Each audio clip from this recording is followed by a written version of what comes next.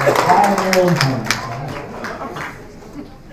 Jeremy Hafner. I'm Provost and Executive Vice Chancellor here at the University of Denver, and I am very proud to welcome you to tonight's event, which is Midterm Election Results, What Policy Changes Are Likely. We are literally blessed with wonderful faculty here at the University of Denver, faculty with expertise in disciplines across the spectrum. But we are especially honored tonight to have two very special faculty members here at the University of Denver present their brief and analysis of what occurred yesterday. They are experts in this field, as I know you know them already, but it is my pleasure and privilege to formally introduce them. So let me get right to it so we can hear their wonderful remarks. I'm pleased to start with Floyd Ciruli. Floyd Ciruli is the director of the Crossley Center for Public Opinion Research at the University of Denver Joseph Corbell School of International Studies. He is an adjunct professor teaching public opinion and foreign policy. Mr. Ciruli is a board member of the Social Science Foundation of the University of Denver Joseph Corbell School of International Studies. Mr. Ciruli is widely known to Colorado audiences as a pollster and a political analyst for 9KUSA TV, KOA Radio, and the Denver Post. Recently, he has authored columns for the Denver Post on the 2018 election. In 2016, Mr. Ciruli was inducted into the Denver Press Club Hall of Fame, and he hosts the state's leading blog for politics and trends at www.fciruli.blogspot.com. Sitting next to him is Ambassador Christopher Hill. Ambassador Christopher Hill is currently the Chief Advisor to the Chancellor for Global Engagement and Professor of Practice in Diplomacy at the University of Denver. Prior to his position, he was Dean of the Joseph Corbell School of International Studies at the university, a position he held from September 2010 until December 2017. In addition to overseeing global engagement, Ambassador Hill is author of Outpost, Life on the Frontiers of American Diplomacy, a memoir, a monthly columnist for the Project Syndicate, and a highly sought-after public speaker and voice in the media on international affairs. He is a former career diplomat, a 4-time ambassador to Iraq, Korea, Poland, Macedonia, as well as a special envoy to Kosovo, and was nominated by 3 presidents. Prior to his last posting in Iraq, Ambassador Hill served as Assistant Secretary of State for East Asian and Pacific Affairs, during which he was also the head of the U.S. delegation to the 6-party talks on North Korean nuclear issues. He also served as a special assistant to the President and a senior director on the staff of the National Security Council. I hope you'll agree with me. We have 2 amazing individuals who have rich experience in the political sphere, and we are anxious to hear their wonderful words. And now I turn it over to our 2 panelists. Chris?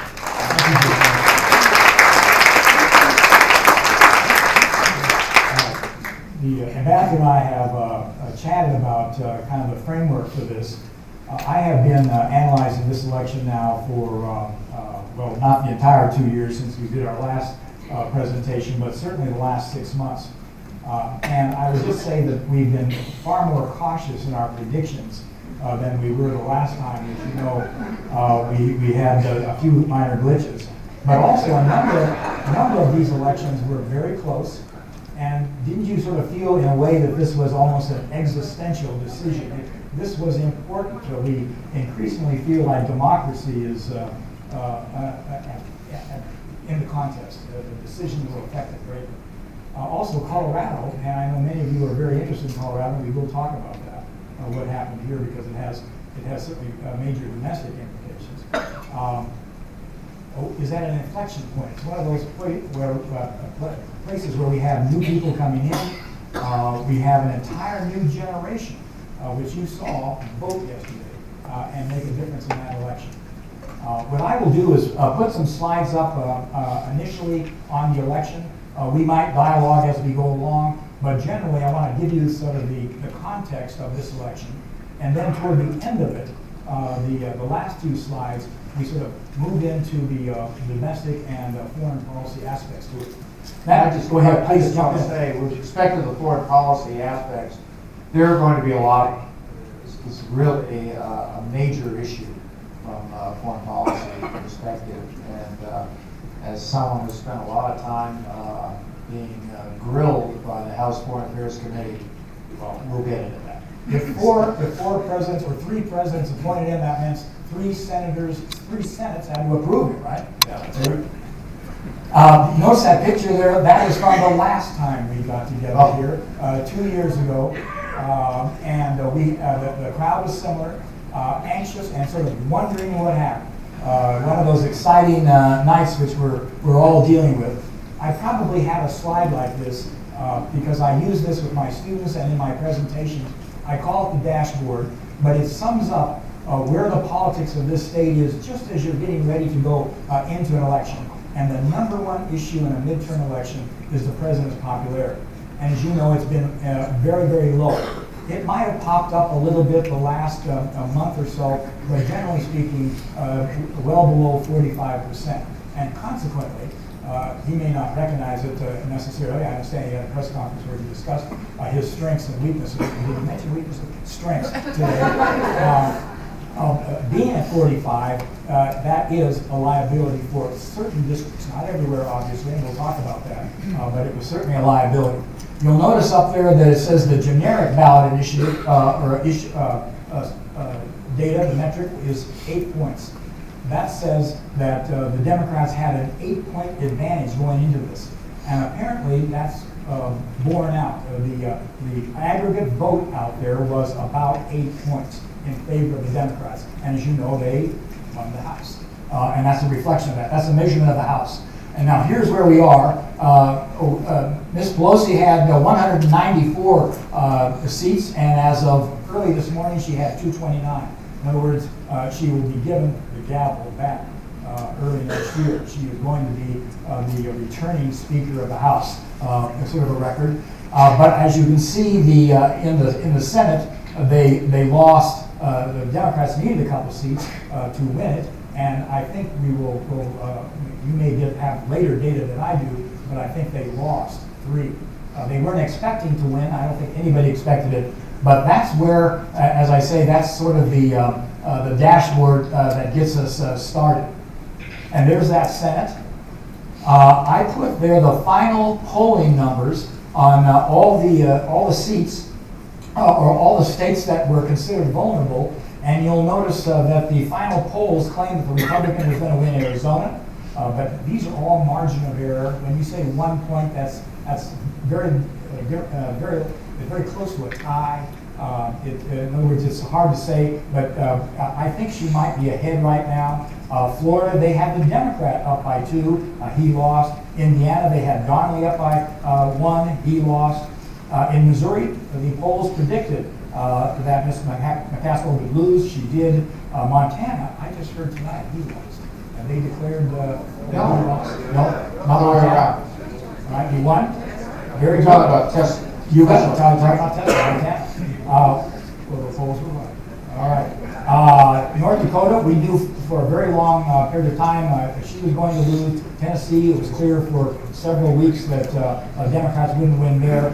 And we thought that Mr. Cruz would win, but Beto is such an unbelievably engaging and charismatic candidate. I think almost everybody refused to believe it until the votes were in. The vote was, I think, much closer than 7 points. I think it was closer than that. But I think it's important for people to understand, or many people know this, but so every 2 years you got a third of the Senate. And whoever is up for election, that third of the Senate, it could be a lot of Republican seats or a lot of Democratic seats. In this case, it was a lot of Democratic seats, so the Democrats were Playing defense. In 2020, there will be 20 Republican seats up and only 10 Democrat seats. So the Democrats will be playing offense in 2010. Right. And if I had run If I had run a line along there, a column that said Trump's current popularity, it would be above 0. In other words, that's good. It's negative here. In other words, his net popularity, taking the positive and versus the negative approval rating. So he would probably be about 45, 50%, 55% of those areas. And here, he's lucky if he's in the low 40s in the state of Colorado. So those were Trump states, as you point out. They were states that he remains reasonably popular in, and it worked out for him. They've picked up maybe 3 seats. I haven't seen the final numbers. Now here we are. In my view, Mr. Kaufman is the clearest victim of Trumpism. He, I think, primarily lost because of Donald Trump. He has been the most resilient, unbelievable surviving congressman. In the last election, Hillary Clinton won by 34,000 votes in that district, and he won by 31,000. He has been unbelievable, and he did that largely by keeping kind of independent of the Republican Party to some extent, and working really hard with the constituencies in the 6th Congressional District. He couldn't do that this time. Donald Trump takes all the oxygen. He fills the entire space. And I would also suggest he didn't get much help from his Republican House members. They didn't do, as you know, they repealed but never replaced. They didn't do anything with DACA. They didn't do anything with guns. And that he is in a large suburban district that overwhelmingly voted Democrat. In the last presidential election, it overwhelmingly voted Democrat this time. And as you can see, he lost to Jason Crow. Notice that Mr. Tipton, who many of you may be familiar with, he's the 3rd Congressional District congressman. He was listed, and that's out in the West Slope and includes Pueblo, but he was listed by Nate Silver as possibly being vulnerable. I didn't believe it, because I think when you look at the registration in that district and you look how well Trump did, see that Trump got 52% there, 44,000 edge. I just couldn't believe he was in trouble, and he wasn't. Indeed, he won. But that's the difference in those districts. We have a section of Colorado that Trump is popular in, and that a congressman, although he's not particularly close to Trump, nonetheless, just being a Republican didn't hurt him, whereas Mr. Kaufman simply couldn't survive. The sheriff, an incredibly popular sheriff in Arapahoe County, also lost because he was a Republican. People came out and they wanted to send a message. They wanted to, this was an election to say, we need to put up some restraints on the executive, and we do it in midterm elections. Notice Gingrich came in with Clinton in 94, you remember that? Won 54 seats. Boehner came in right after Obama became president, won 63 seats. He became the speaker, and Ms. Pelosi went out. And so now we're up to about 33 seats. You might ask, why is it only 33 and some of these others are larger? And my view of that is that it's harder for Democrats to win big in midterm elections because the Democrat constituencies are harder to turn out. Republican constituencies, if they're angry, they're ready to vote. And that's been a sort of a polling artifact for a long time. But believe me, she'll take 33. And I suspect she'll probably get up to 35 or 36. And will become the speaker, and we will be talking here in a few minutes what that means for committees and for some of the big issues. During the election, the president said, I can't go everywhere. Believe me, Mr. Kaufman was glad he didn't come because he would have lost by more, but it didn't matter. Again, he sort of fills the room. When he's in a state, the entire state knows, and as you know, it gets national coverage. But I believe the Democrats have a mandate to constrain him. Polls have showed repeatedly that people who were going to vote for the Democrats were voting because they specifically wanted to say, whoa, stop. We need to get a divided government again. We need to get checks and balances. And so I believe they have a mandate. They don't want to overuse it, and we'll talk about some of the options they have to look at. They don't want to start a war that people feel there's nothing but gridlock, and he becomes sympathetic. But on the other hand, They clearly have a mandate. Notice Republicans. That is the latest Gallup poll on what they think the top issues are. And while the president mentioned the economy, he doesn't really like to talk about the economy. What does he like to talk about? Mobs and caravans and periodical jobs. But he decided that immigration was the issue. Well, he wasn't wrong. It's an important issue for Republicans, but he's probably a little more colorful. He did not mention taxes, and I think the evidence shows that taxes have not been very persuasive with the electorate in general, feeling that they didn't benefit to any great extent. And as you know, he tried to talk about health care, but that really is dominated by the Democrats because they of the pre-existing conditions and other issues. So I do believe there's a mandate out there for the Democrats in the House at least to now be at least somewhat constrained.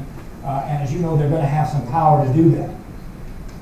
Let me now turn to Colorado because we're going to come back to the national issues here in a moment and talk about specifically what potentially the House could do. We have, why did this happen? And at least partially it's that third line down there. We have 441,000 new voters since 14, and they are mostly young. Many of my students are in this class. They're part of it. Under 35 years old, millennials, and they voted for the first time. That entire cohort, which has 75 million young people in it, is now eligible to vote. They were potent in this election. You can see the power they had here. Look out in 2020. They will all be voting age. They'll be over 18. There's another old cohort behind them. The Z's, I don't know if we labeled it yet, but there's an entire cohort behind them. Look at that. Look at the number of unaffiliated people that turned out. That's what we call independents out here. 816,000. There shouldn't be, with that turnout, there should be maybe 650,000, 700,000. Unaffiliateds never turn out more than partisans. Members of the Democratic Party and the Republican Party are geared to vote. They come out to vote. But we now have so many unaffiliateds, many with these students and young people, that this was of interest to them. They were interested in Trump. I think they were also interested in some of the state people running, some of the state candidates, and they came out incredibly strong. There's our presidential candidate, Governor Hickenlooper. We'll talk about that here a little bit later. But as you can see, last time he won by about 68,000 votes. 2 million people voted. 2 million, as you can see, 2,400,000 voted this time. There's that extra 400,000 people, and they made a lot of the difference. There were probably a few other things, but they made a lot of difference. This was a sweep. This wasn't just at the top. Obviously, Mr. Kaufman, who's a federal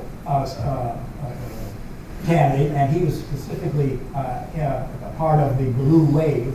But there was a wave here, too. The Democrats were incredibly well funded. They were very well organized. I believe their gubernatorial candidate was a stronger presenter, had a better case, and he made it quite well. The ambassador was in the front row of one of the debates, and you could just see it just anecdotally. You could see him handle himself better and do a better job of it, and I think that was a factor. But notice when you get a sweep, it's not just one better candidate. Suddenly you've got a Democratic Attorney General, a Democratic Treasurer, a Democratic Secretary of State.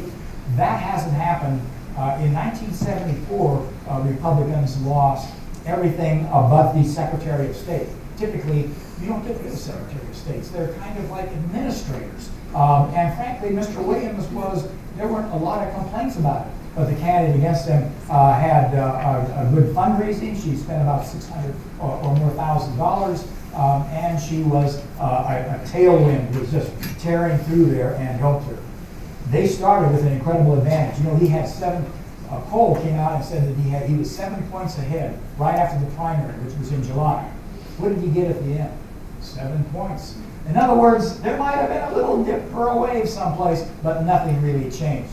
It was kind of boring. It just, in terms of the gubernatorial race, it just sort of moved directly along. The debates never got our attention. They never changed the dynamics. The narrative never changed. It really just sort of moved along. And you'll see my list of advantages there.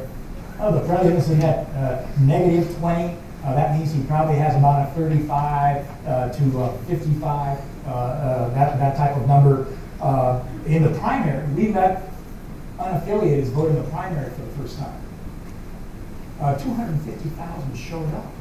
It was unbelievable. And 120,000 more voted on the Democratic side of it. That was the first sign that, quote, unaffiliateds are actually in a way affiliated, at least in terms of their viewpoint and their philosophy. They're not going to be loyal party members of the Democratic Party, or the Republican Party, but they had a preference, and they expressed it in that, and they mostly voted for Mr. Polis. Hence, they were already Polis voters, so ready for election day. I would only point out, look at that last little point there, Democrats took both houses of the legislature. They had the House, but now it is, I believe, called a supermajority. They've got so many new House members, and they picked up, I think, 3 Senate members, all women who won in competitive seats. I think 5 totally, but a sort of a pink revolution going on out there too. It was unbelievable what happened. As I say, I haven't seen anything like it. It was an amazing sweep.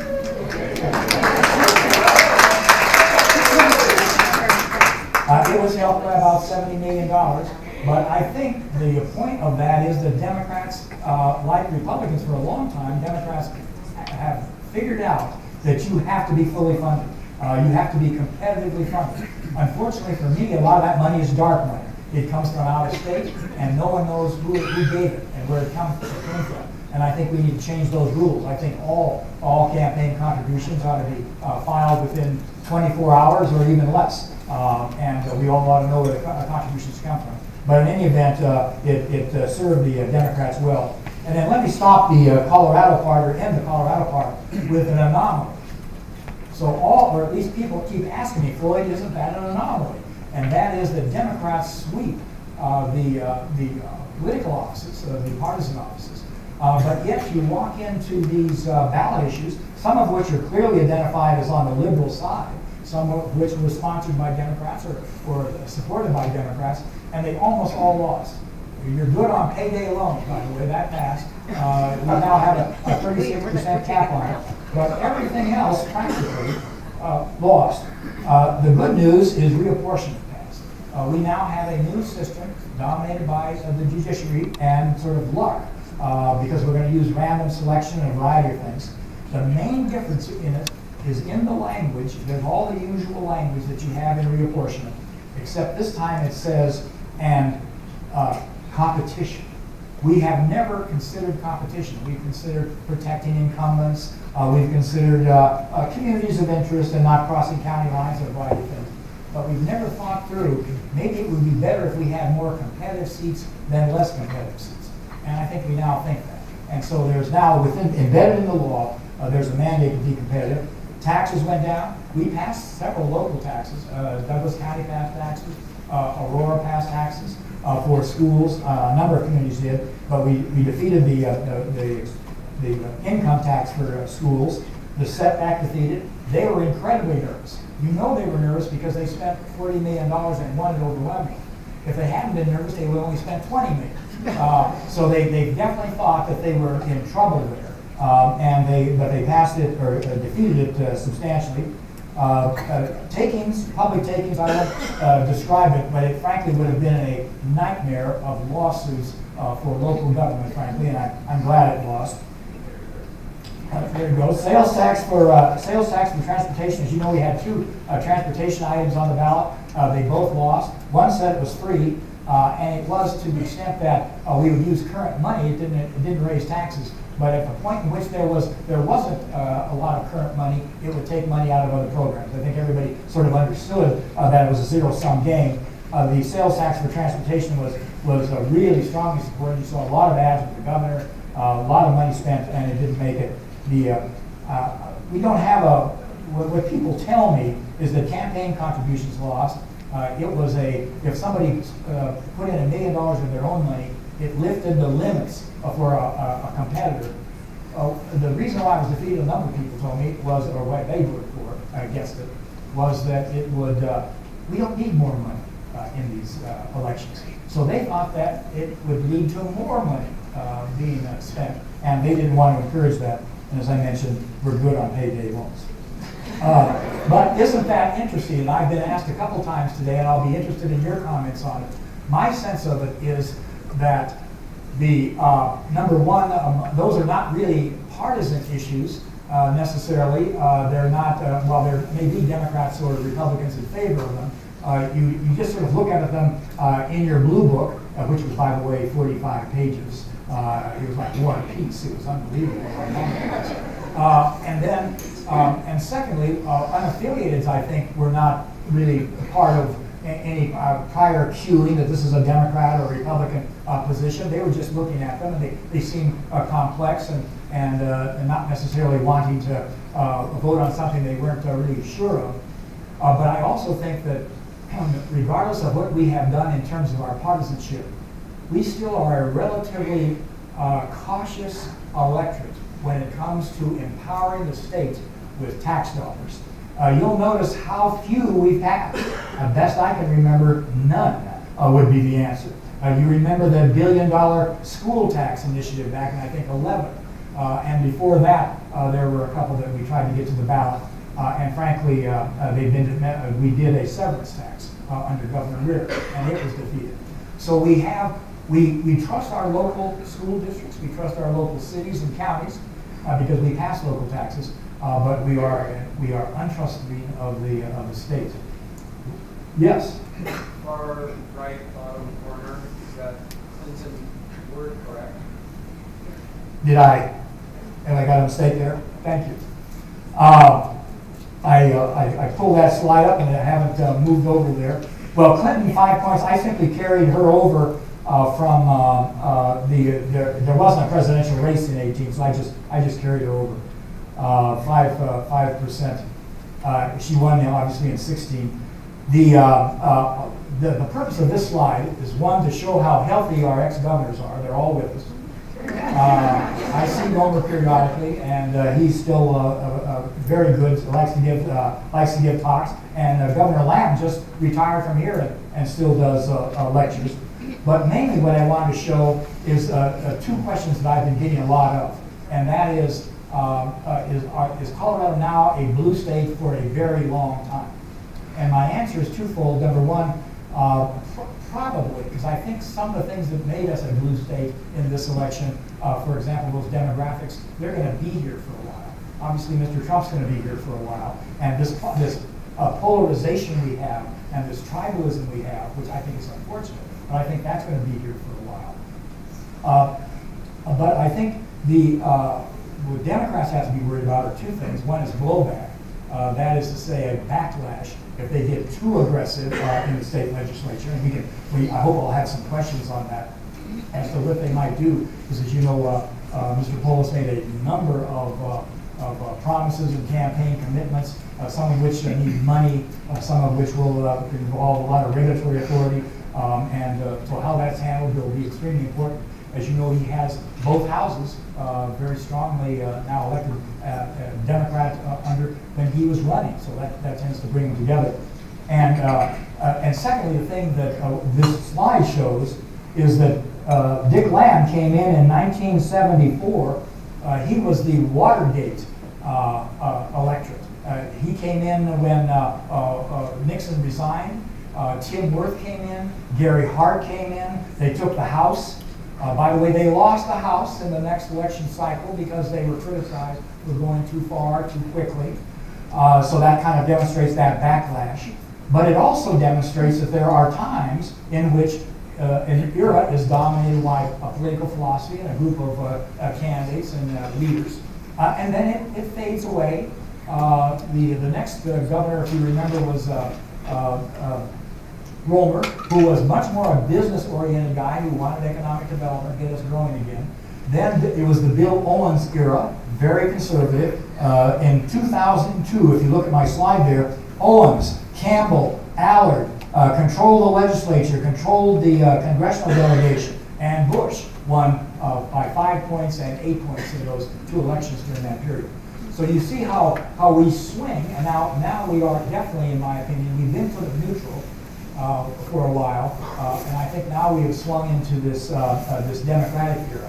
But I will only say, if you ask that question, are we blue now for a very long time? That I think remains to be seen. It could swing relatively quickly, both in terms of national issues and local. And then sort of done with the state of Colorado, and I want to get the ambassador in here, but one of the things that I did a little piece like this earlier today with a group of nonprofit organizations, then they very quickly asked a question about impeachment. Because that is sort of one of the early agenda items in terms of the Congress. And this was a poll that was done a little bit ways back. There was at least one impeachment question in the exit poll that was done, and it said that 40% of the public is in favor of impeachment, 77% of Democrats, and obviously almost no Republicans. But the average was 40%. As you can see here, the average in favor of begin impeachment was 49 in this poll. Things weren't going very well for the president when this was done. I think it was in late September. So things do move by 4 or 5 points. But the point is that impeachment is very polarizing. And almost all the Democrats you hear, the pundits, say that it's not something that they should start with. They should wait for the investigation, the Mueller investigation. They should do sort of normal congressional things.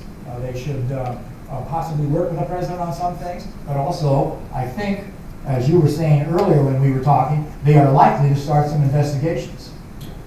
I think they're likely to start investigations, and probably, I think, Mr. Mueller's investigation will get a new life in the Senate Intelligence Committee, because that goes from a guy named Nunes, who famously didn't want to talk about any of these things. The House. The House. And it goes from Nunes, who didn't want to do any of these things, to Adam Schiff, who is quite ambitious on this. So I think we're going to get a big change on investigations. But I want to emphasize that, you know, the change now from Republican leadership to Democratic leadership in the House is very important, and not just for the oversight for the investigations, but it will also involve a lot of committee hearings and examining every aspect of our foreign policy.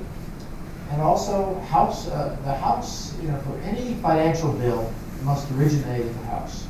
So the House will have a big say on some of these funding issues. Now, albeit the Senate is going to have to agree, and they may have to go into conference on things, but there's no more rubber stamping for the president to fund, for example, ICE. I mean, the House might say, no, we want to cut them 30%.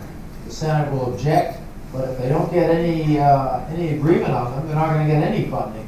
So the House will be able to kind of force the Senate around on some of these issues. So if we can just, from a foreign policy point of view, there will be funding issues, to be sure. Right. But I think importantly as well, there will be a sense that the House Foreign Affairs Committee, and it's all about the committees. I mean, the overall numbers are interesting, but it doesn't really matter that much. It's the fact that the Democrats have the majority in the House, and therefore they're going to have the majority in each committee. Judicial Committee, Ways and Means, very key committee, and Foreign Affairs on the authorization side. So both in appropriations, where they actually give the real money, and then authorization, where they sort of talk about the real money, it's going to be a huge change. One area, before I get into more of that change, one area that will not change a lot is appointments.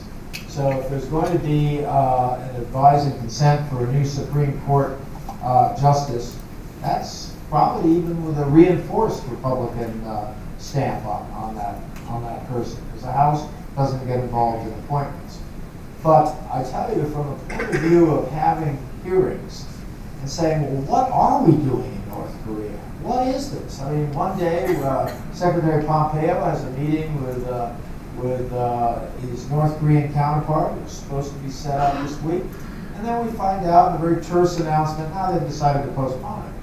Well, a House that's doing its sort of oversight responsibility, it's not a question of investigating, but they're going to have the Secretary of State called in and sit in front of a lot of cameras, and it'll be on C-SPAN. And I think what we're going to see in evening television is less on this sort of on and on about what Donald Trump tweeted that morning. It'll be a shift to what various people are saying in committee hearings. So I agree, as you pointed out, the potential for actually staging a hearing, that is to say, saying that we're going to have 3 days of hearings on Korea or on NATO, on trade, on alliances in general, and be able to bring in the best speakers, good thinkers, other leaders, is a power that Congress has and hasn't used, except to the extent that they've either supported the president or periodically taken on a Democratic issue. What you're going to see, I mean, I used to have to go through this. You come back from a trip to China. There's a little jet lag associated with it. You just come back from 6-party meeting. You're briefing the secretary. You're briefing a number of people in the administration.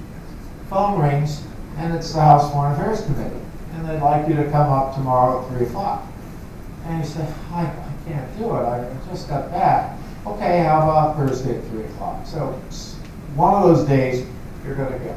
So you go and you talk to the people in the Congressional Relations staff, and they're saying, look, they're already mad at us on our budget. Please, can you try to make it? Can you do it? And you go, okay, I'll do it for the budget, but I really don't want to talk. No, you've got to do it. So then you're back in your office, you call in your staff aide, and say, okay, I need some testimony. I need to put together testimony on what we're doing today on North Korea. And everyone says, oh, we're really busy. We've got a million questions and answers for the State Department spokesman. But everyone drops everything and starts writing testimony. So you go in there Thursday at 3 o'clock. You have to have the testimony by Wednesday at 3 o'clock, 24 hours in advance. And you sit down and then you summarize your testimony. And you've got a bunch of grouchy congressmen who will then say, well, thank you very much for coming in. We really appreciate it. You're really tired. We have a few questions. They grill you. And then if you don't have answers, if you don't explain, well, you're supposed to meet the North Koreans on Tuesday, and then that was canceled. Does this mean they are boycotting the talks? No, Mr. Congressman. We simply didn't have an agreement on which day. Was it you who said that, or was it they who said that? And before you know it, and when you're tired, it's a lot easier to tell the truth. You're just totally worn out by the experience. And before you know it, if you're not lucky, you could be a headline, North Korean stiffs American. You don't want that. So before you know it, they are kind of stating, they've got the tempo. Yeah. And people in the White House are saying, why did you have to go testify? Well, our congressional people said we have a big problem on the budget, and if I don't testify, that will cause even more problems. Well, did you really have to? So you start arguing even with the White House. So it really starts dominating your life, especially when you're in a controversial foreign policy initiative. And when I talk about controversy on things like North Korea, imagine what it's like on issues of, let's say, you've got refugees. Well, what are we doing to help Guatemala with these crime problems? Well, we're seized with a problem. We're really working. Well, what are we actually doing, Mr. Assistant Secretary? Well, we have a team that's going down. Well, what is that team going to be doing? And before you know it, you better have a Guatemala policy that can somehow show that you're preventing 5,000 people from coming into wherever it is. And so they can really start dictating the foreign policy, especially when any administration, might have a somewhat high-handed attitude to the other party in power in the House, but not in power in the executive. So fasten your seatbelts. This is going to be interesting. I agree. The thing of the Armed Services Committee, by and large, they've gotten these fairly large increases in budget, and the Democrats have gotten a small amount for non-discretionary or discretionary non-military expenditures. They're not going to do that anymore. They're going to want much more substantial budget relief for some of their programs if you're going to keep the military going at the level it's going. But then other things, to be sure, I think a lot of Democrats think the military budget is out of whack right now. There's no question. There's a lot of concern. But the military, they know how to handle this. So what will happen is you'll have the Armed Services Committee starting to look at some new purchases of equipment. And lo and behold, there'll be a briefing from the Pentagon. I used to work for a congressman, Congressman Solas, and I didn't do the military. I was doing foreign policy. But I get a call saying, we're from the, whatever section of the government. We'd like, of the military, the Pentagon, we'd like to come over and brief you on what this new aircraft is going to look like. Well, I like airplanes, but I didn't feel that I really should be the person, but I sat good. And then I realized they're putting some of the funding, they would like to put some of the aircraft construction in my congressman's district. In this case, Solar. So, I go into it and I say, they're talking about putting these gears, for the landing stuff, and some of the gears, they'll be put in that factory. I said, really? They'll do that? And so before you know it, the military forgets about the White House and they start working individual congressmen. So you will have a situation where you're really listening, and suddenly I've got great contacts. How's that gear thing going? Oh yeah, we've looked at you, and we've got another factory down in Texas. Oh no, bring it our way. This kind of stuff. So this is very important. So when you have two parties, they can play it. Sometimes it's not pretty, but sometimes it's healthy. It'll be interesting to watch this will be new for the Trump administration. They've had the benefit of having control of both houses and with supportive legislators. And now they're going to be dealing with what the ambassador described. And my sense is that is not either their psychological dynamic, it is not the way they're particularly staffed. This is going to be a new experience, and whether or not they cooperate or whether this becomes the office of general counsel with endless subpoenas and arguments that sort of go legalistic, it'll be interesting to watch. Maybe not. These congressmen, they're politicians, these congressmen. And they'll learn your name very quickly. And before you know it, you're on first name basis with someone that you don't really think.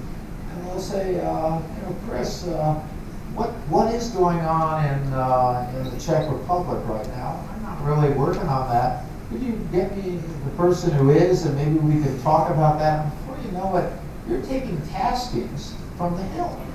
Now, you should be able to say, sir, you really need to talk to our congressional relations folks, because they will handle that. And the congressional relations folks always say, oh yeah, give it to us. But the congressman never feels that they're getting the answer. So they want to talk to you, and they know they've got some books into you. So the dynamic of this foreign policy will start to change. And I think one of the first things that will have to change is the president will need to staff it up.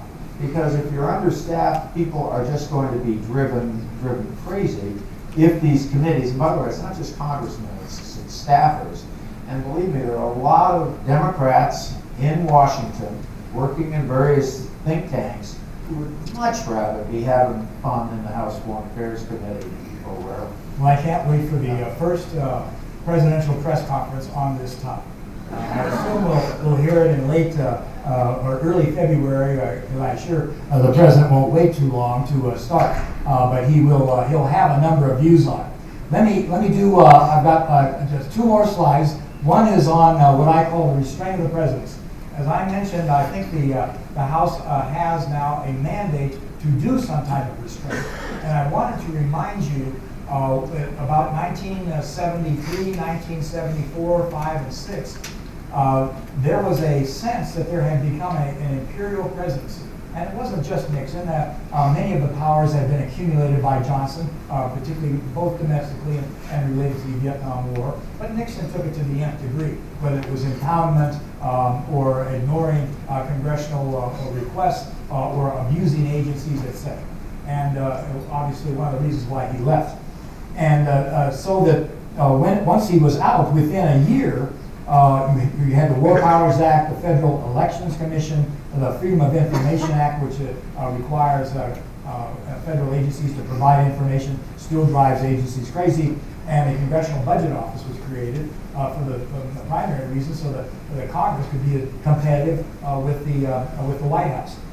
So the question would be, obviously all the things that the ambassador talked about, I would also add the domestic things. They're going to want to do hearings on the education department. They're going to want to do hearings on Homeland Security, which has a foreign policy aspect to it. They're going to want to do hearings on the education department. But beyond those things, there's a sort of a sense out there that there are some other things that Congress maybe ought to think about more institutionally over the long term. Now, since they don't have control of the Senate, but keep in mind what's really going on here to some extent is, as the ambassador mentioned, they are thinking about how they can take the Senate. They're sitting there already thinking, what are those 20 seats that are up, and how do we position this Congress to be on the offensive on some of these issues?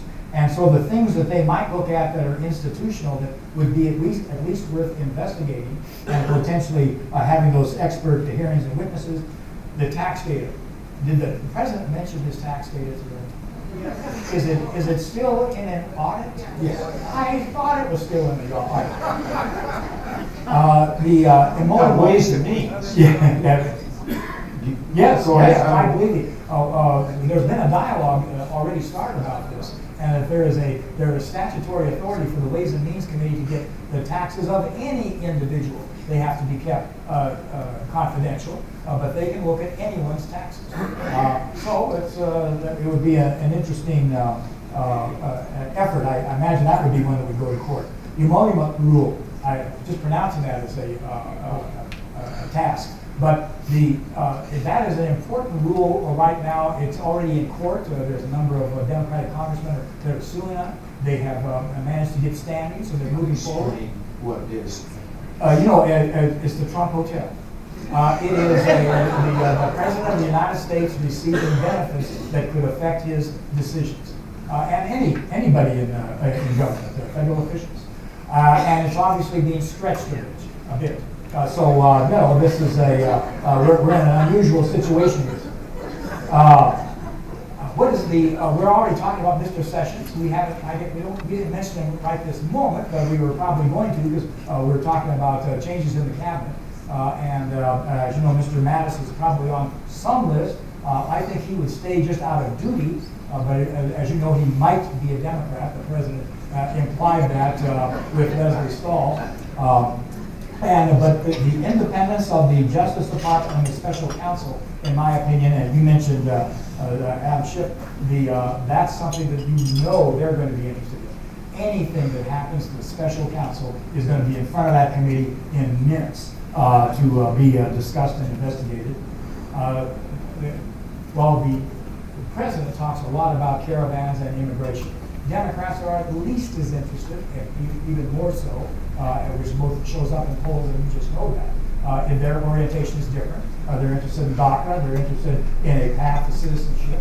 But nonetheless, they are very interested in are there abuses, are there mistakes being made? Can you imagine what those hearings are going to look like when they bring in the head of Border Patrol and Homeland Security, et cetera, et cetera? It's going to be a different tone and a different type of questioning. And finally, as you know, we've already had a debate on voting rights restrictions in this election, thinking about Georgia, thinking about Florida, wherever. And that is something I have no doubt that they're going to be keenly interested in.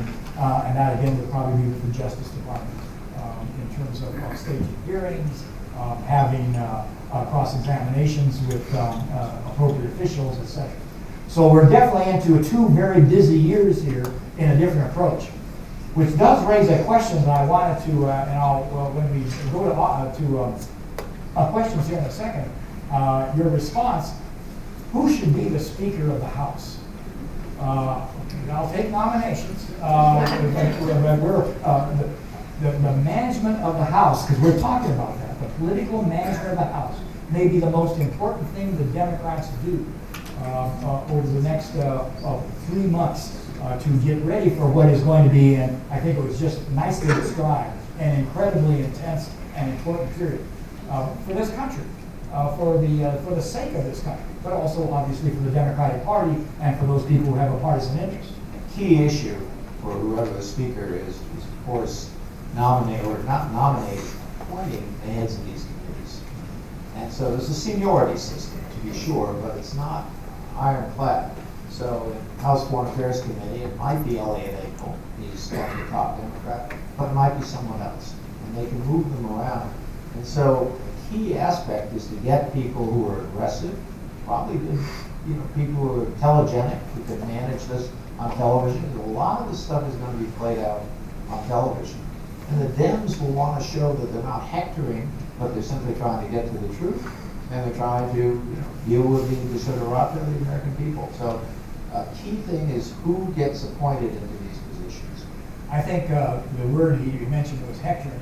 I think tone will be maybe one of the most important things. Most of the top Democrats, and I think most of the Republicans, certainly all the top Democrats I hear as talking heads on MSNBC and CNN, etc., do have a good tone. They sound reasonable. They're rational. But that is going to be extremely important because I think it'll be very easy. Obviously, the Republicans will be arguing that.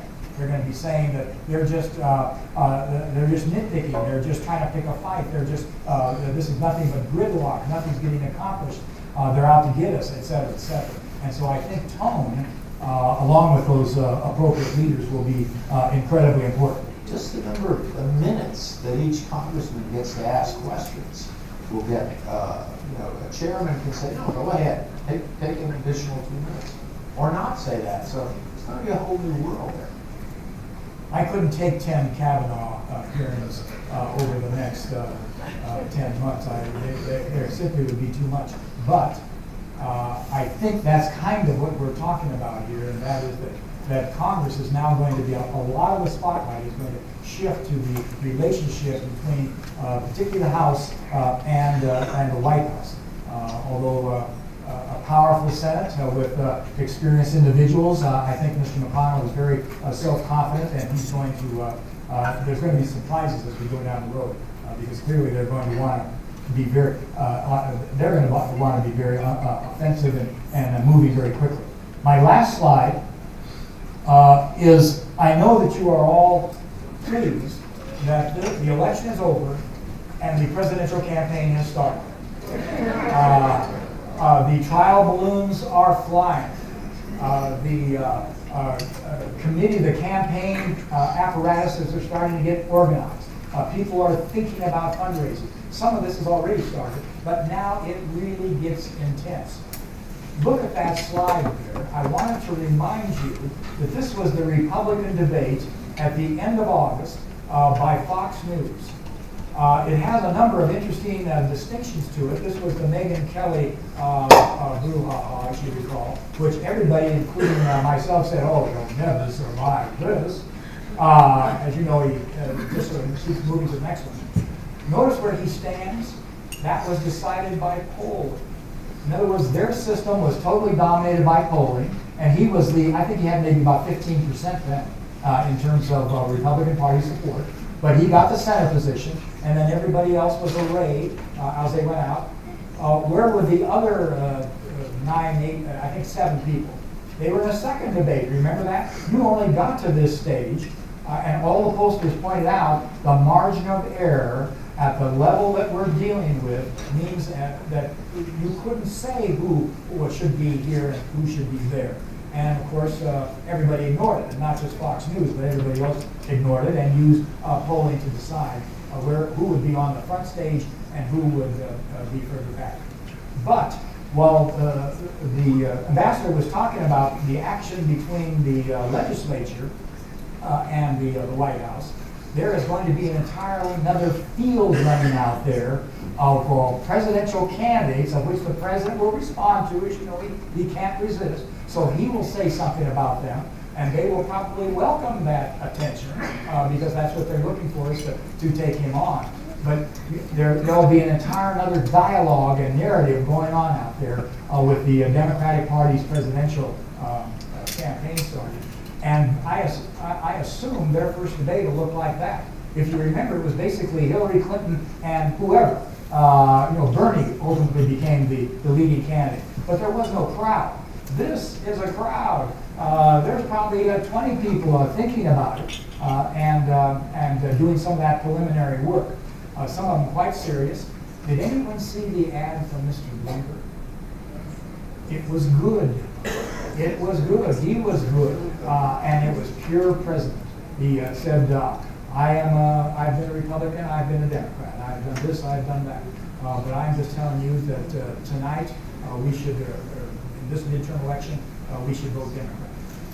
We need to have some checks and balances. We need to put up some restraints. And you sort of listened to it and said, this is a serious person who, and I said, ding, presidential campaign, can he afford it? Yes. And as Mr. Trump did not just do this with money, he did it with a celebrity.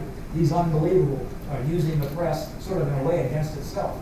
He attracts press attention, and then he criticizes them. But he did spend some money.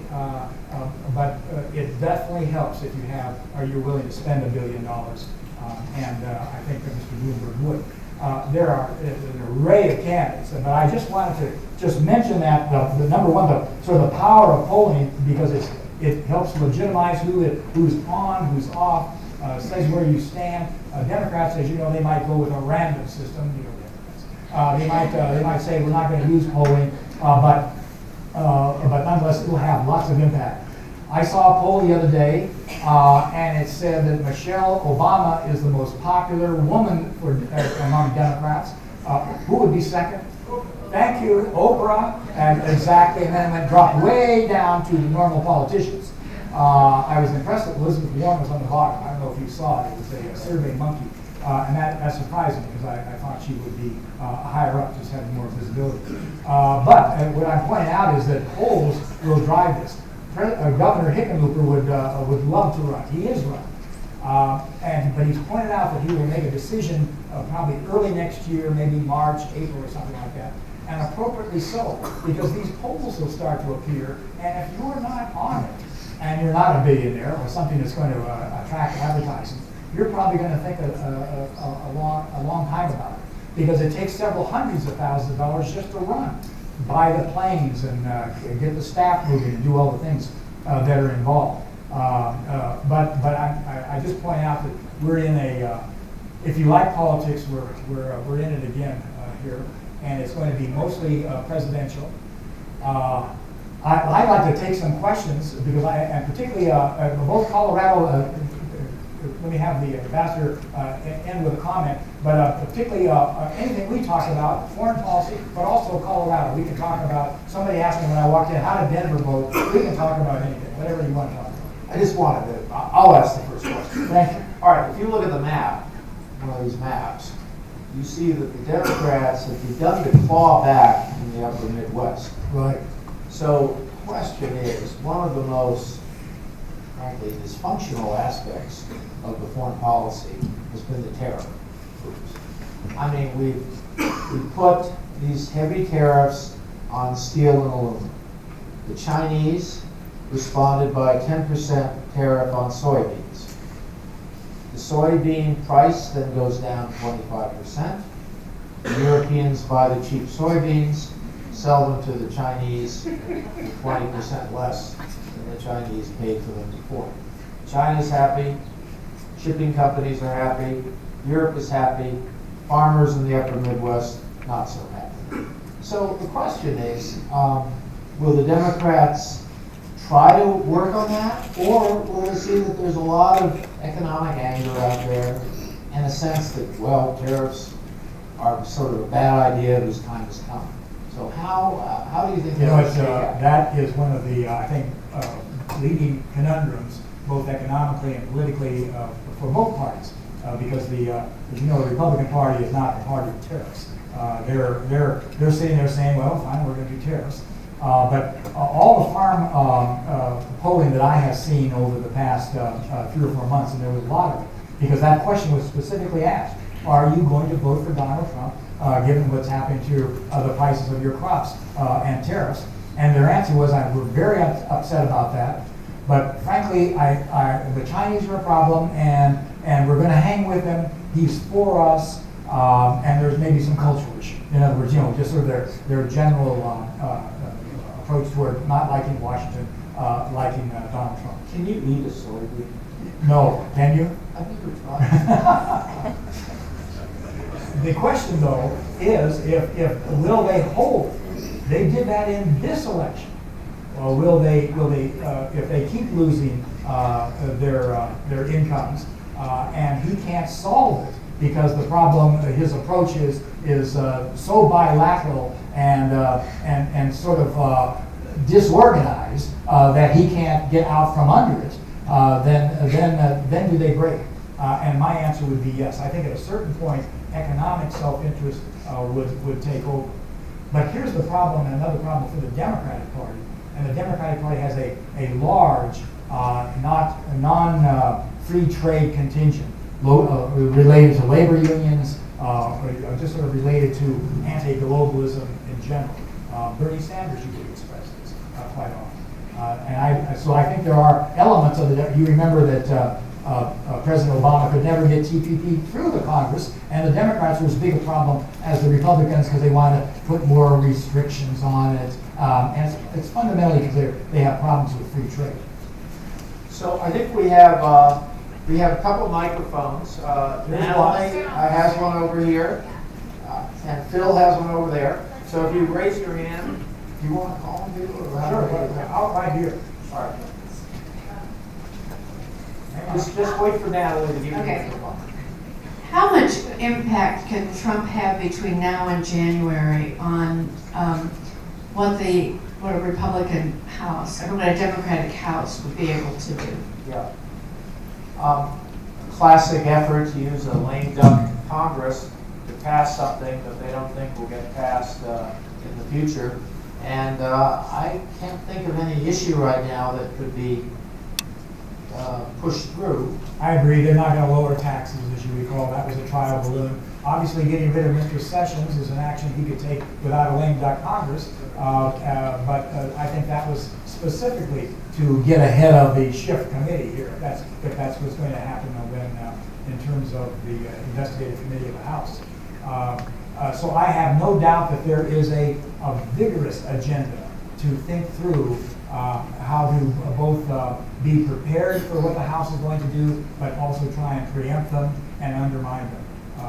This is, I think, the press conference today gave some hints of it, but I think there are people thinking this through, realizing that this is a vulnerability for them, and how do they win the game? How do they protect themselves? And what that is, I'm not sure. Can you put a stop to Mueller investigation? I think that would be suicidal.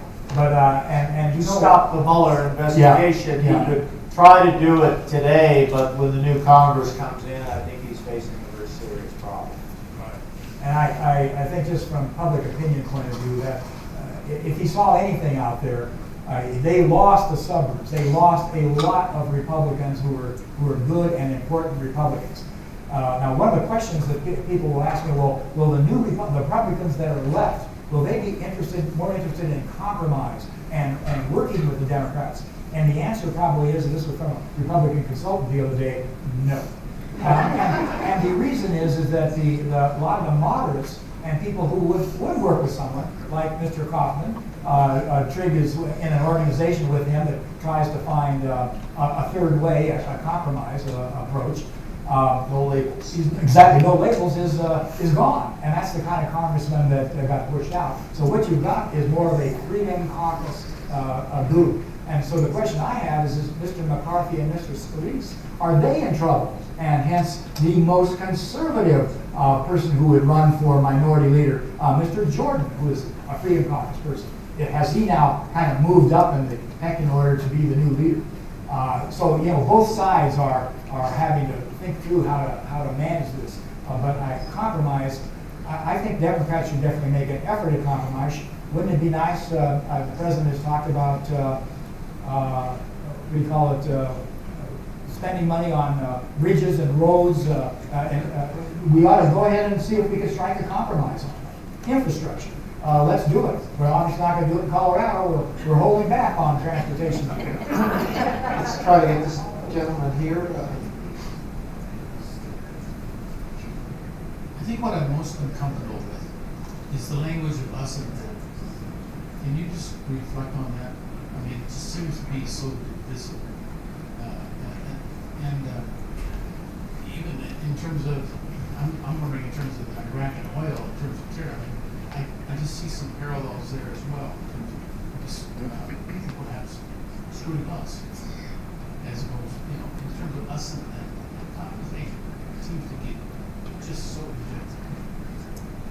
It will be hard to get out of that, at least at the presidential level. And I would say this, that there are just textbooks being written now, not just textbooks, but good intellectual novels, public policy books being written on polarization, on tribalism, on our divisions today and our inability to bridge them. I think, could that be a theme in a presidential campaign? Could civility and trying to reach compromises be a winning strategy? It might be with the general electorate. I'm having a hard time imagining it within the context of a Democratic primary. You know what I mean? In other words, it's more us and them and more divisions. What do you my time for this mail on? Sure. Were you finished? Yeah. The special counsel is charged with the responsibility at some point of releasing a report. If that report was to be released today, what do you think it would say? That's a good question. Without collusion, that is to say, without a crime that is, I think, very directly related to the president, it'll be a political document. In other words, I think what he would like, and I assume he's working toward, is a potential additional criminal indictments. Whatever it is, the president is going to treat it as a political document.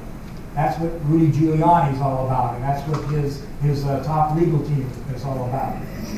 I've done no collusion, and from his point of view, obstruction is just defending myself. That's not obstruction, I'm just defending myself. And he will argue that. And frankly, if he can't be indicted, then it is just a political document. And as you know, we talked about impeachment for a second. The House can bring a bill. It cannot impeach. Where does it go? The Senate. And so it's really a dead end. This would really be an exercise of investigative authority, possibly thinking that maybe the Senate would change. But it looks to me like a very frustrating aspect of this. A lot of energy spent, and the president maybe looks sympathetic. But I don't know if that was part of your question, or did you have something else in mind in that question? No, I just wanted to know. Yeah. No, I'm sure that the document will be very widespread, and it will reflect all of the investigation that's been undertaken by his staff, by the special counsel staff. But will it draw conclusions? Someone has a microphone?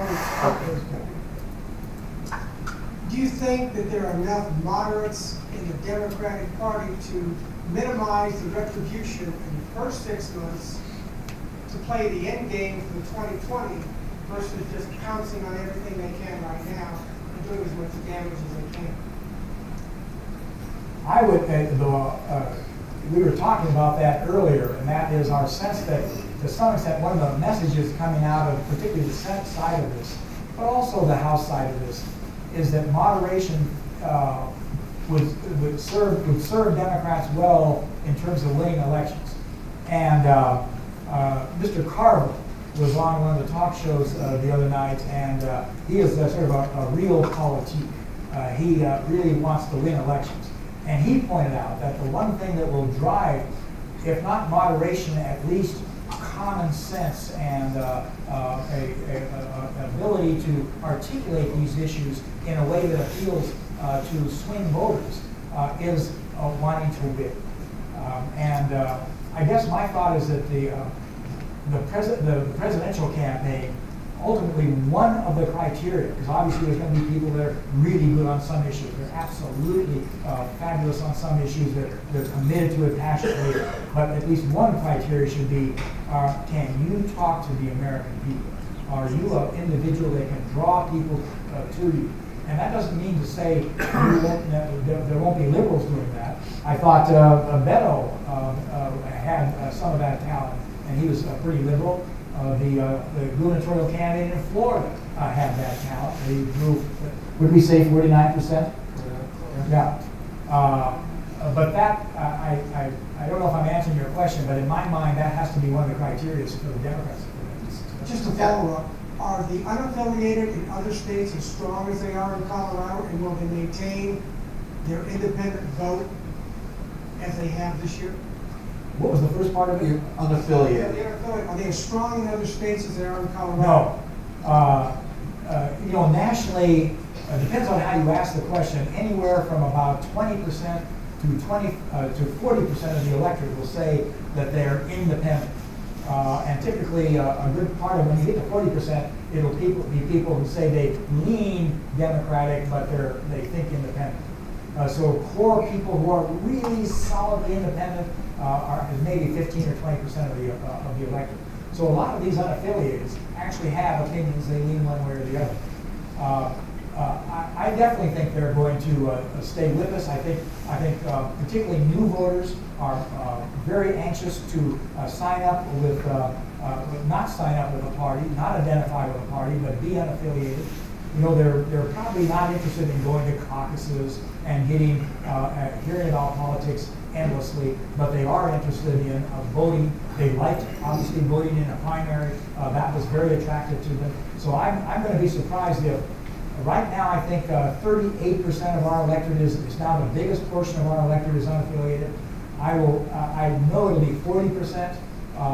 And the second thing that was interesting, they voted. Do you think that the motivation for voting in the midterm was to some extent Trump and some Colorado personalities, but Trump? Can you imagine what the presidential is going to look like? I think they're all going to vote. Everybody's going to vote. We're going to all vote. There will be nobody. We won't have to do robocalls, which would be good news, right? Okay, let's, and then we'll go over there. First of all, thank you, both of you, for doing this. I think that the outcome of yesterday is the best thing that Donald Trump could have hoped for. Added to his Senate majority, lost the House, that was kind of inevitable, but now the House becomes a scapegoat. He doesn't have to keep criticizing his own party when he wants to criticize the Congress. He can now do that. If in fact they don't show, the Democratic House does not show restraint, then I think Trump could even become sympathetic in some minds. So I don't feel as good about what happened yesterday as a lot of people in this room seem to. As a matter of fact, I'm saddened that the Democrats really were not able to get any of the headline elections won, whether that be Georgia, particularly the major Texas. Senate races, Absolutely. Florida, Georgia, Ohio. Nothing to share about. I don't disagree with you. I thought that sent for me a warning to the Democratic Party. There are still, not only is he a good campaigner and knows how to use issues, but that there are dramatic, huge constituencies out there that are still extremely alienated to even thinking, well, we ought to have some restraints and not necessarily reverse things, but just say, whoa. So I thought it's and you mentioned the upper Midwest, and some of those were in the farm areas and the Midwest. I think the Democratic Party still has a lot of work ahead of it over the next 2 years if it's going to be successful.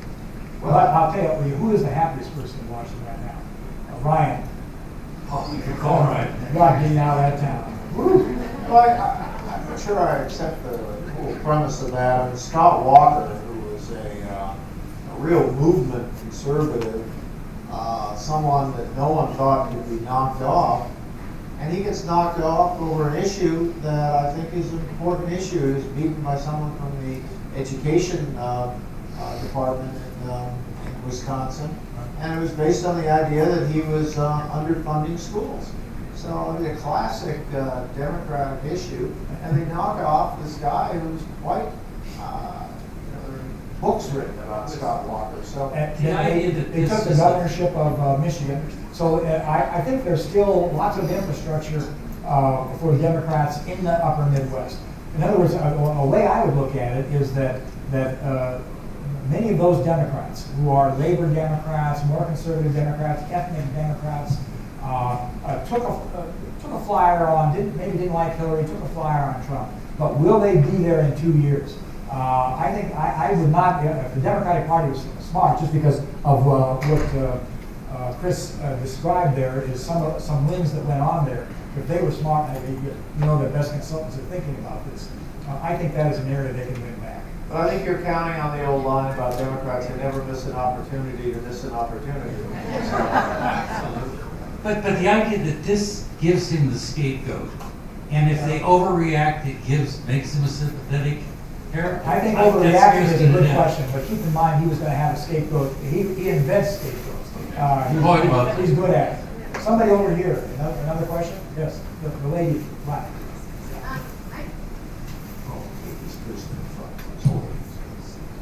Thank you.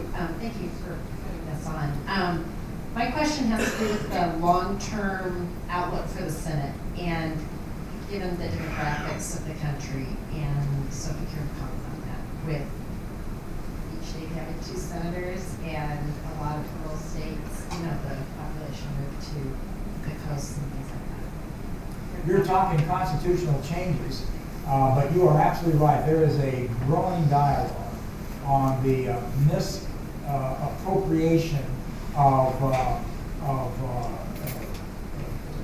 the population, misalignment of the population with our elected representatives. And that goes to the Electoral College, and it also reflects now, obviously, on how we're picking the Supreme Court, because it's being picked by the Senate, which is, as she pointed out, 2 senators for Wyoming and 2 senators for California and Texas, et cetera, et cetera. And the reapportionment commissions that we passed here was an effort to address at least what we can do to deal with that apportionment problem. But you're talking major constitutional change, and one would sort of assume that this will pass, that this cycle will pass, and at some point, maybe a group you like is in Wyoming, hanging in there for on political issues, and I'm not picking on Wyoming, which is so small, but I think it would be very hard to make that change. And as you know, it's embedded into our Constitution because we don't trust politics to any great extent. We want to make this slow and difficult, but we are so polarized, and we have sorted ourselves on geography so much that's fairly unusual. So all the Democrats many of them are on the coast, and so many Republicans are. What the Californians need to do is move to Wisconsin and straighten this out. Was there a question on this side? We're kind of switching sides back and forth.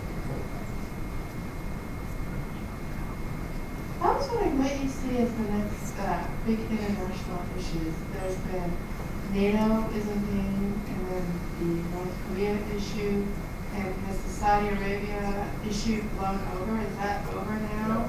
And then the immigration with America and Central America. Is there a new one that you see, or that the State Department is anticipating? Will it be Central America, or how do you see that playing out? And what do you think about Saudi Arabia? Yeah, the next big foreign policy issue, I think immigration is going to be there because it's very much tied to some of the weakness in state structures in these countries in Central America. That's not going away. But you notice, I mean, the president had a long press conference, barely talked about the caravan. So I think it's kind of tied to our politics, and maybe not as big an issue as the president has made it out to be. But I think North Korea, to name one hardy perennial, there is absolutely, I must say, in the wake of Singapore, which took place in June, there's very little to point to there as good news. The North Koreans have never acknowledged that they have to disarm. They have essentially repudiated these documents. And I think if they go back to testing, so far they haven't tested, but if they have to test, then they'll figure out an excuse to test. That issue will be back front and center. I don't think it's going anywhere. You know, I think the European type problems, the issue of the 2% goals, I don't see that really coming to the fore. In the next couple of years. I think the Europeans are trying to do things. Obviously, if there's more backsliding on democracy in some of these democratic countries in Europe, I think that could bring that issue up again. But we saw in the Polish regional elections on Sunday that the nationalists in Poland have started to lose. So, we'll have to watch that. I think that there could be a crisis over how the president's effort to get out of the Iran deal and how the Europeans take that. That could loom big. But I think in terms of national security, I would go back to the hardy perennial in North Korea. A real possible military threat. Yes, on this side. Hi, thank you. Could you comment on the future of gerrymandering? We've had some legislation passed here and in other states, the upcoming census in 2020. We're going to get a new congressional seat. Everybody is available to run. It won't be exactly here. We have to remove about 100,000 people out of all the current seats to create a seat of about 700,000 or 800,000. And we assume it'll be in the South Metro area. So had Mr. Kaufman survived, he would have been in a different district anyway. I think it is becoming a key issue. Democrats talk about it. Arnold Schwarzenegger travels to articulate it and highlight it. We passed it overwhelmingly here. It was both parties endorsed it. So I think it's an issue that you're going to see in lots of states, and it's being discussed academically a lot. But I think it's become a positive political issue that you're going to see. Interestingly, if you just took over a state, say in the state of Colorado, would you have preferred that the old system was in place? Because you could have picked, you could have helped shape the reapportionment. You have to be truly a public-minded and public-spirited individual. Fortunately, they were, and we've got a new system here. But I think it's how much it ultimately solves, I don't know. We're still watching it in California. It's relatively new there, but everybody thinks it's better. And remember, our system will be a little different than even California's, and that is that we create a specific goal of at least some level of competition, which I think is generally a net. I think it's one of these issues as old as the Republic itself, but what is given its special context right now is the technology that you can bring to bear on these things, running congressional districts down the street, down the medium line of the street, and I think it kind of calls out for some sort of more bipartisan effort. And I think, frankly, Colorado's leading the way. I agree, and we do that periodically. We were one of the first states to have open records, open meeting laws. I don't think it's necessarily the best thing in the world, but we were, I think, about the second state to have term limits. We try to experiment with things. As you know, we're very aggressive. We're a reform state from the 1920s. That's why we have the recall, the a referendum and initiative, which we recently put some limits on. A lot of these initiatives are not all that well thought out. They're slightly eccentric, little sort of niche interests, but nonetheless, I think as a safety valve for a legislation that won't do things, for an issue that simply doesn't get public attention, I think it's probably still worth having. And again, that's kind of a Colorado tradition, our independence, which I think we all sort of appreciate. We've got a few more minutes. Maybe let's Trig here.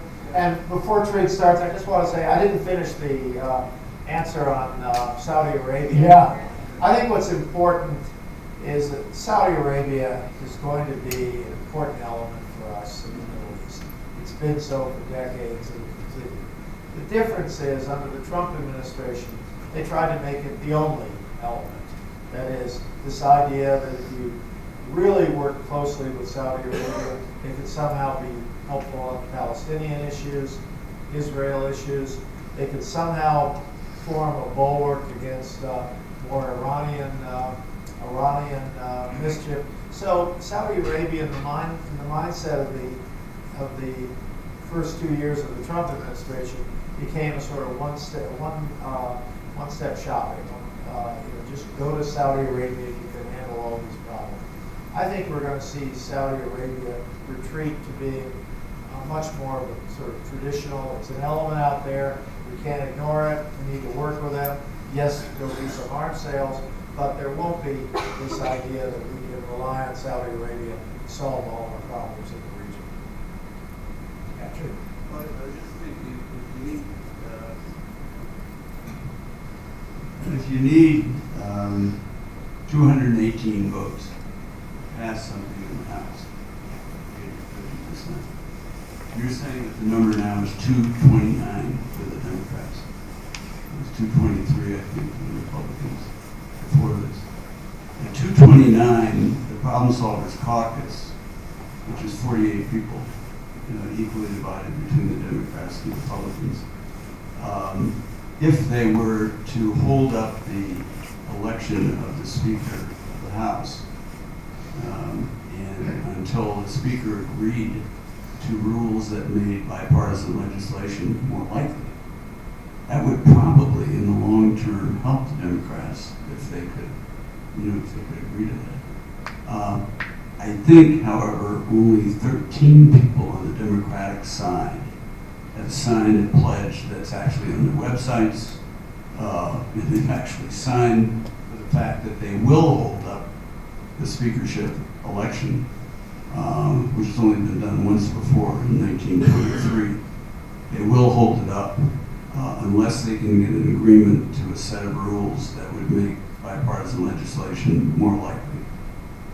So that's something to watch for, I think, as we go through the end of the year here and get closer to the time when Congress is seated.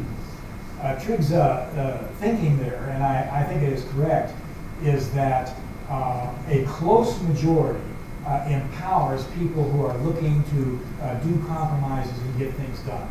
And because by and large, frankly, I don't think Nancy Pelosi or whoever becomes the speaker can get to 218 often. Lots of issues Democrats will flake off on. And so to the extent that we've got a immigration compromise out there on DACA, that we have a compromise which a lot of people claim that they're in favor of, some type of compromise on maybe even another tax bill that really helps the middle class, etc. Or does something on healthcare, or do we really want to do something on pre-existing conditions? That would empower that group. And what he's saying is that you have to almost embed it into the rules because the speaker is so powerful. And the rules are not in the Constitution. They're made up on the fly, exactly. And there has to be an agreement. A couple more, and then we'll end it at 7 o'clock. Yes, why don't we take this person here who's been waiting patiently. Hi, Professor Ciruli. I have a question for you specifically on Colorado. So with the Democratic trifecta win in the Colorado legislature last night. What do you think the impact, if any, it will have on Governor Hickenlooper's potential 2020 presidential bid? How are you thinking about that? What's your thought? What do I think? Yeah, what do you think? No, I think kind of the angle why I was asking that was because in the past you've kind of commented on how he was trying to run this middle ground of bringing folks together, and so with kind of this blue wave, I guess you could call it, in Colorado, what, I guess, impact do you think that might have? You know, on the one hand, I think that he is going to be able to argue that he has been the governor of a state that has become very democratic. And I think that's a net positive for him out there. He worked for some of these governors that won. That's kind of what you do, you try and build up chips so you can call on them later for your campaign. We are, as you know, a very small state. I guess we don't bring a lot to the table, but I think we have a good reputation in general.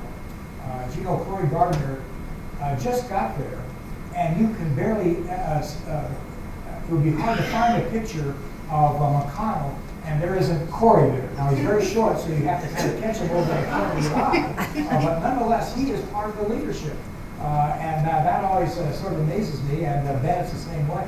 I think he is considered part of the Senate Democratic leadership. So that I believe Hickenlooper, his moderation is, from the one question that we had earlier, while it's a handicap within a Democratic Party that is pretty liberal, particularly at the campaign level, the caucus level, when you're going to go to Iowa, etc. On the other hand, I think he could argue that this is a winning strategy because although Mr. Polis won substantially, and as did the Democrats across the board, they generally ran fairly moderate campaigns. As you know, Jared didn't endorse anything that was on the ballot. He stayed away from controversy as much as possible. We'll see how he reigns. How does he rule? But at least at the moment, I would say the Democratic Party, if they protect their reputation by working on the issues they identified, early childhood, universal pre-K, et cetera, working on renewables, the kinds of issues that I think the public was healthcare anxious to see some solutions. I think that they could then sort of cement their leadership here and stay for a while. It obviously, I think, might be a good argument for him. And Hickenlooper has said he's going to think about this till March. Is that right? Yeah. I think we're in overtime now, so. Well, thank you very much.